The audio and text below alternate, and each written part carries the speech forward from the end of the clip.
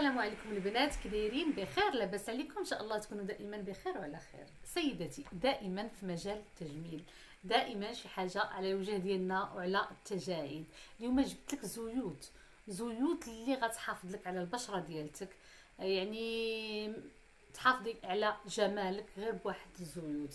تدلكي بهم الوجه ديالك بلطف، غير بشويه تدليك كيبغي بشويه وبرفق.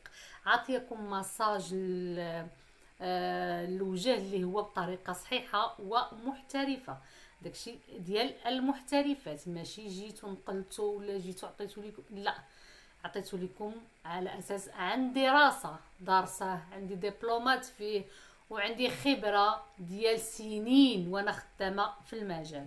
المهم سيداتي، هاد الزيوت اللي غادي نعطيك جد رائعه لبشرتك وجمالك، باش تحافظي على الجمال ديالك. بالنسبه للناس اللي تيقولوا لي عافاك فاطمه الزهراء، عطينا شي شامبوان اللي غادي يجي لينا يحيد لينا القشره قهرت لينا الشعر ديالنا، حيت بزاف الناس كيعانيو منها. عطيتكم وصفات بمريوت وكذلك بخل التفاح. مريوت وخل التفاح كيحيدوا القشره وكيوقفوا التساقط ديال الشعر وكيقويو الشعر. هاد الوصفه جد رائعه عطيتها لكم اليوم. اللي ما عندوش الوقت جبت لكم واحد الشامبوان، قسما بالله العلي العظيم وما تسالونيش الحلوف الا قلتو كيحيد القشره، فعلا كيحيد القشره. علاش؟ لان جربناه، الاخت ديالي فيها قشره كثيره وجرباتو، قسما بالله الا قالت لي فاطمه الزهراء عطيه للمتتبعات.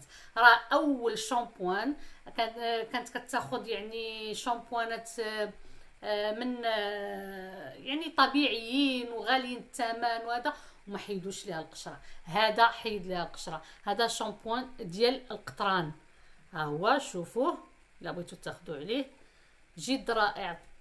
طوب قسما بالله ما نقدرش نحلف شي حاجه ما شفتهاش بعينيا وما عرفتهاش. ما نقدرش والله، ما نقدر نحلف على شي حاجه ندي الذنوب انا على والو، ما يمكنش. المهم هذا الشامبوان كيحيد القشره 100%، جد رائع سيدتي، ما غتندميش عليه. وهو من ناتورو سوان. انا ناتورو سوان كنثق فيها، رانا كنقولها لكم وبلا ما تقولوا لي كذا وكذا وكذا، قسما بالله الا كنثق فيها. واحسن زيوت بعدا هما اللي عندهم. كتمشي للصيدليه كيعطيو لك هذوك الزيوت، كتمشي للبارا كيعطيك دوك الزيوت ديالهم ديال ناتورو سوان، جد رائعين سيدتي. المهم حتى الزيوت عندي اللي غنعطيكم اليوم حتى هما من ناتورو سوان، انا اصلا واخده الزيوت عندهم كثيره. المهم سيدتي، اليوم غادي نحتاج زيت الارز. ها هو سيدتي، كيمنع الشيخوخه، كيقاوم الشيخوخه، ما كيخليش البشره ديالتك تكمش نهائيا، كيعطيك تبييض رائع لبشرتك سيدتي، وكيرطب البشره وكيحافظ لك على الجمال سيدتي، كيحيد لك التجاعيد من الوجه ديالك. زيت الارز، الناس اللي ما عندهمش زعما الوقت اللي يديروا الماسكات وهاد الزيوت جد رائعه في هذا الوقت هذا. زيت الارز يعني ما تندميش عليه نهائيا. وكيدير الثمن ديالو 73 درهم. 73 درهم، انا ما نكذبش عليكم راه غالي شويه، داير الثمن جاني انا بالنسبه للناس اللي بحالي، ولكن اختي راه الجمال ديالك كيبقى غزال، كيحافظ لك على البشره ديالتك، كيحافظ لك على من الاحسن لك ديري هذا الشيء اللي طبيعي وعندك في البيت ديالك، اولا تمشي ديري سوان دو فيزاج يعني 500 حتى ل 800 درهم حتى ل 1000 درهم، راه بزاف. اللهم خذي هذه مره خطفي حاجه، مره خطفي حاجه بحال اللي كندير انا، مره تخطفي حويجه وتيوليو عندك بزاف. والزيت تبارك الله راه كيدي بزاف وكيصلح ماشي غير للوجه، تيصلح حتى للشعر، اليدين، الرجلين، يعني ترطيب رائع وتبييض. ها هو سيدتي. والثاني هو ديال زيت كبد الحوت. هذا كبد المورا، هذا زيت كبد المورا جد رائع، واخا فيه ريحه الحوت، راه فيه الريحه ولكن ما مجهداش شويه، جد رائع سيدتي لجمالك كذلك.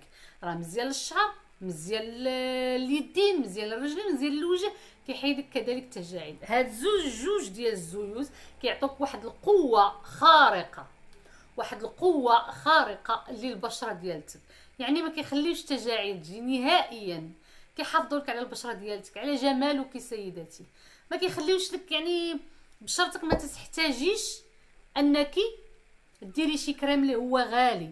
هادو بديل الكريمات الغاليه، حيت انا ماشي ضد الكريمات، دائما تنقولها لكم، تنقول لكم ضروري من الكريمات وضروري من السيروم. السيروم جد رائع. انا نعطيك واحد السيروم ساهل غادي ديريه بزيت الارز.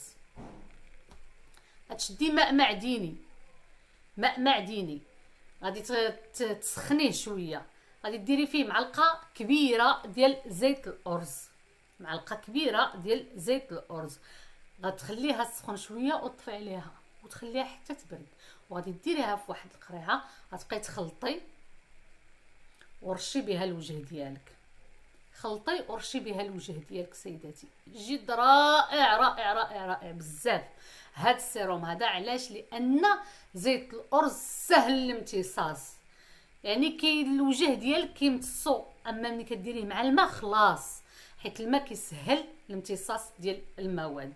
المهم سيداتي هذا سيروم جد رائع، غير بالماء وزيت الارز، لا زعما يعني الرز كله زوين للبشره، فما بالك الزيت ديالو، فما بالك سيداتي الزيت ديالو.